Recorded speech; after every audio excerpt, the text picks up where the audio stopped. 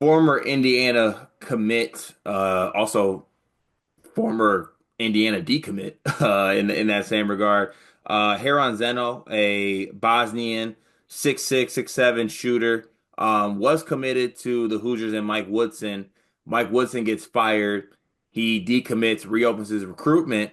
Story comes out from some local Indiana newspapers that the new staff, Darren DeVries, is not reaching out to him. That's because my dog Double D's over here building a powerhouse in Bloomington currently. Folks are sleeping on him. He said there will be no more sleeping, but that's not what this is about.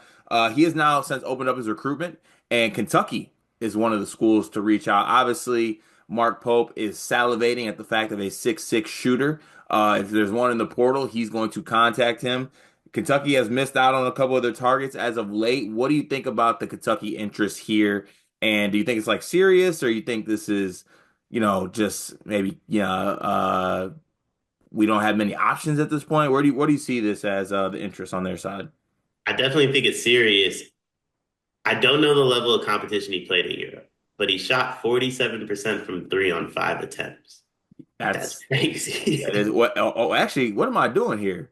I'm talking to Mr. Kentucky Reddit board himself. What are the Reddit depths saying? Reddit hasn't gotten to him yet, which is tough. But we're really we're really focused on everybody else at the moment in the Kentucky Reddit.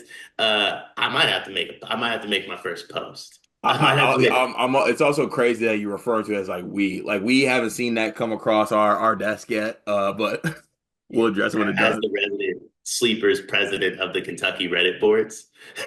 Special, special, special stuff. But no, like, look, and it's a cliche, but like a guy that could possibly have this shooting ability for Mark Pope, who I think, they still need shooters on this basketball team. I think that's something they need to add, something they try to get with Wilkerson. They were in with Trace and Eagle staff, but who knows if they're really kicking the tires on that again. But I do think that this team needs some shooting with the exit of some of their players. And I think it's fair to say that maybe he's not as good of a shooter as the numbers say, but I'm buying that this kid can be a close to 40% three-point shooter at the college level. He's 20 years old, so he's not like some young pup freshman. You assume you can bring him in and he can knock down some shots for you. Could you see him fitting? Like, what do you see his role being with Kentucky? Is it like Kobe Brea, or is it like a Colin Chandler, but we bring him in to shoot? Listen, you want the product you know about in Lamar Wilkerson, right? Like the finished product, you know what you're going to get out of him. I'm sorry, I don't care who you're playing against. You could throw Harun on the court against like nine ninth graders or 10 eighth graders. If you're shooting nearly 50% on 5 3-point attempts, the ball goes through the basket. It's as simple as that. Ball, basket, through it. He does that a lot, clearly. I don't see why he can't play the Kobe Bryant role. Probably maybe not to the same level. I don't, like I said, like my concerns with him would be defensively, can he handle the ball? But if he catches the ball and no one's in front of him and he shoots it, it's going to go in at a high rate. It's everything else that I'm a little concerned by, but he also averaged 19 points a game. So again, I don't know the level of competition he played in Europe, but the numbers speak for themselves on a level that like, I mean, respectfully to Lamar Wilkerson, how much better was the competition he faced? You might notice there's a lot of lights on behind me. There's a big ring light I'm using to record this. You want to know why those lights stay on? Because of Underdog, because of these ad reads, people. Yeah, we heard your feedback. You're annoyed that we keep putting underdog ads in the middle of our videos. Well, guess what? We got to keep the lights on, and we need some people to sign up for Underdog Fantasy. If you like these videos, if you want us to keep making videos, sign up with Underdog Fantasy. Use promo code SLEEPERS, and they actually have an awesome offer for you. You can receive up to $1,000 in bonus credits. 50% of your first deposit will be distributed in bonus credits, and you get a free pick. And Cart, I got a pick with Underdog Fantasy for this weekend that I'm already eyeing. We got the Pistons and the Knicks, first playoff series in a while for our favorite team. Cade Cunningham over 27 and a half points. I'm taking higher than that for my pick with Underdog. Promo code SLEEPERS. Sign up with Underdog Fantasy. It helps the show. It helps us keep making these videos for you. Back to the show. Please respect my young king, Lamar Wilkerson, on this here podcast. I'll tell you that.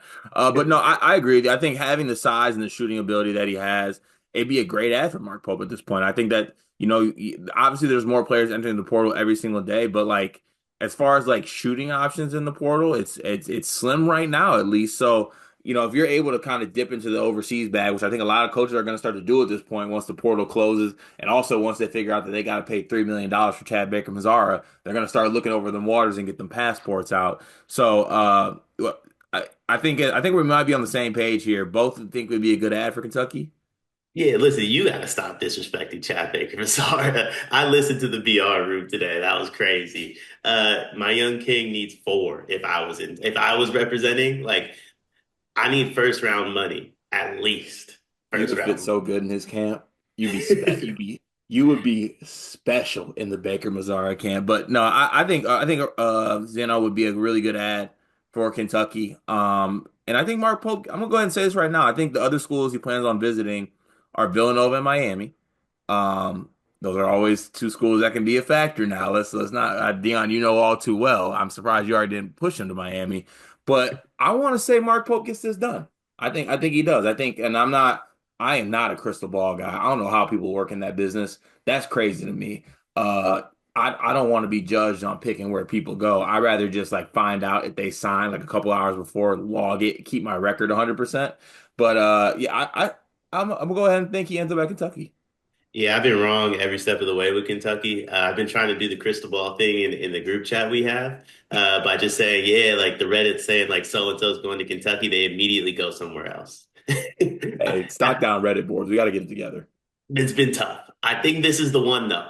We're not discussing him on Reddit. So I think this is the one we get done. I think this is the one we get done. What I like about him is he's quiet, the person that like I think he'd be willing to play a role or maybe subsequently not play a role and develop. And I think Kentucky needs a couple guys that quite frankly aren't going to take Jasper Johnson's minutes.